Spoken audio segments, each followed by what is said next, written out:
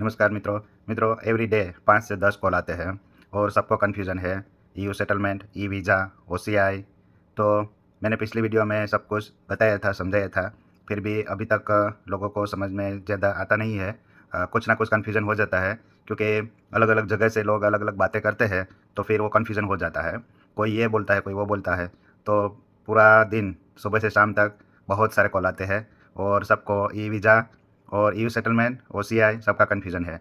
तो मैं आज आपको बता दूं, इस वीडियो को आप अपने सारे रिश्तेदार, फ्रेंड्स, फैमिली सबको शेयर करिए ताकि सबको पता चल जाए, कन्फ्यूज़न दूर हो जाए। क्योंकि अभी बहुत सारे लोग ऐसे हैं जिन्होंने ये अपडेट करना या ई वीज़ा कन्वर्ट करना और ओसीआई अपडेट करना, ये सब बाकी है, किया नहीं है या फिर कन्फ्यूज़न में है। कुछ किसी ने कुछ गलत फॉर्म फिलअप कर दिया, तो उन सबको ये पता चल जाए। तो इस वीडियो को ज़्यादा से ज़्यादा आप शेयर करिए। तो पहले तो ये किसको करना है और किसको नहीं करना है अपडेट और ई वीज़ा कन्वर्ट करना, ये सारी बात मैं आज आपको शॉर्ट में बताता हूँ। तो पहले तो ये कि होम ऑफिस की तरफ से एक ईमेल आया है, वो सबको आया है पूरे यूके में जिसके पास फॉरेन पासपोर्ट है। ब्रिटिश पासपोर्ट के अलावा जिसके पास भी ईयू सेटलमेंट है, दूसरी पासपोर्ट जिसके पास है, वो चाहे पोर्टुगीज़ पासपोर्ट हो, इंडियन पासपोर्ट हो या कोई दूसरे कंट्री की पासपोर्ट हो, सबको वो ईमेल आया है। उस ईमेल में सारी इन्फॉर्मेशन दी है, लेकिन जिसको जो लागू होता है उसको वही करना है। तो ई वीज़ा पोर्टुगीज़ पासपोर्ट वालों को लागू नहीं होता है।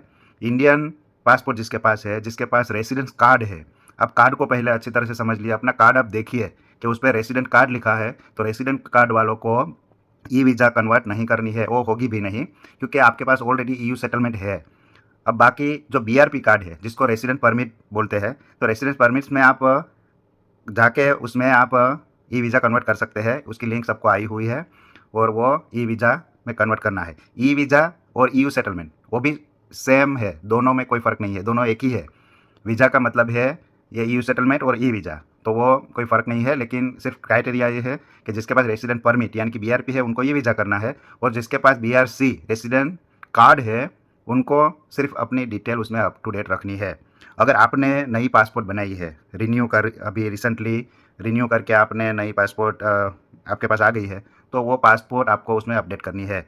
और जिसके पास ओसीआई है उनको भी ओसीआई अपडेट करनी है 20 ईयर्स, 50 ईयर्स। और अगर किसी और कंट्री का एड्रेस है ओसीआई के ऊपर, तो आपको उसको रिन्यू करना पड़ेगा, ऑफिस जाना पड़ेगा सारा डॉक्यूमेंट लेके।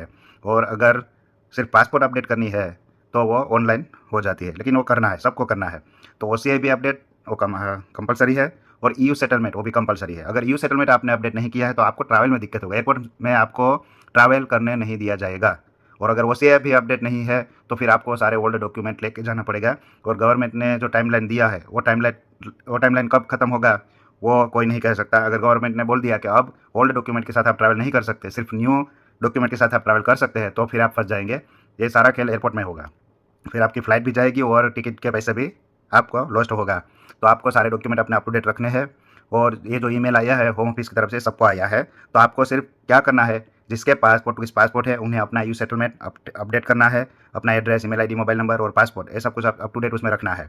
जिसके पास रेसिडेंस कार्ड है और इंडियन पासपोर्ट है और वो ईयू फैमिली कहलाते हैं, तो उनको भी सिर्फ अपना ईयू सेटलमेंट अपडेट करना है। और तीसरी जो कैटेगरी है, जिसके पास इंडियन पासपोर्ट है लेकिन उसके पास रेसिडेंस परमिट है यानी कि बीआरपी कार्ड है, तो उनको ई वीज़ा में कन्वर्ट करना है। तो पहले आप अपना देखिए कार्ड कौन सा है और आपके पास ईयू सेटलमेंट है या नहीं, वो आपको देखना है। वेबसाइट में जाके आपको देखना है, आपको ब्राउज़र में ओपन करके वेबसाइट के अंदर ये सब कुछ देखना है। ऐप में नहीं जाना है, ऐप में चले गए तो वो एप्लीकेशन क्रिएट हो जाएगी, तो फिर आपको दिक्कत होगी। तो ऐप से आपको दूर रहना है, सिर्फ आपको ब्राउज़र में व्यू एंड प्रूव वेबसाइट में जाके जहाँ से आप शेयर कोड निकालते हैं, बस उसमें ही अपडेट करना है। उसमें आप नीचे जाएंगे तो यूज़ दिस सर्विस की एक छोटी सी लिंक आएगी, उस लिंक में क्लिक करके फिर एक पेज ओपन होगा और यूकेवीआई साइन इन का ऑप्शन आएगा। फिर तीसरा पेज ओपन होगा, उस थर्ड पेज में साइन इन का ऑप्शन आएगा। वो साइन इन करने के बाद जो फोर्थ पेज, चौथा पेज ओपन होगा, उसमें आपकी सारी डिटेल्स आपको मिलेगी और उसमें आपको अपनी passport, photo, address, email ID और मोबाइल नंबर, यह सब कुछ आप अपडेट कर सकते हैं। तो ये इन्फॉर्मेशन बहुत बहुत महत्वपूर्ण है। आप अपने फ्रेंड्स, रिलेटिव को आप भेज दीजिए, क्योंकि सब लोग अभी कन्फ्यूजन में है। क्योंकि अब एंड समय आ गया है, ये बीआरपी कार्ड और बीआरसी कार्ड अब चलेगा नहीं, किसी को मिलेगा नहीं, सिर्फ ऑनलाइन सिस्टम होगा, शेयर कोड से सब कुछ होगा।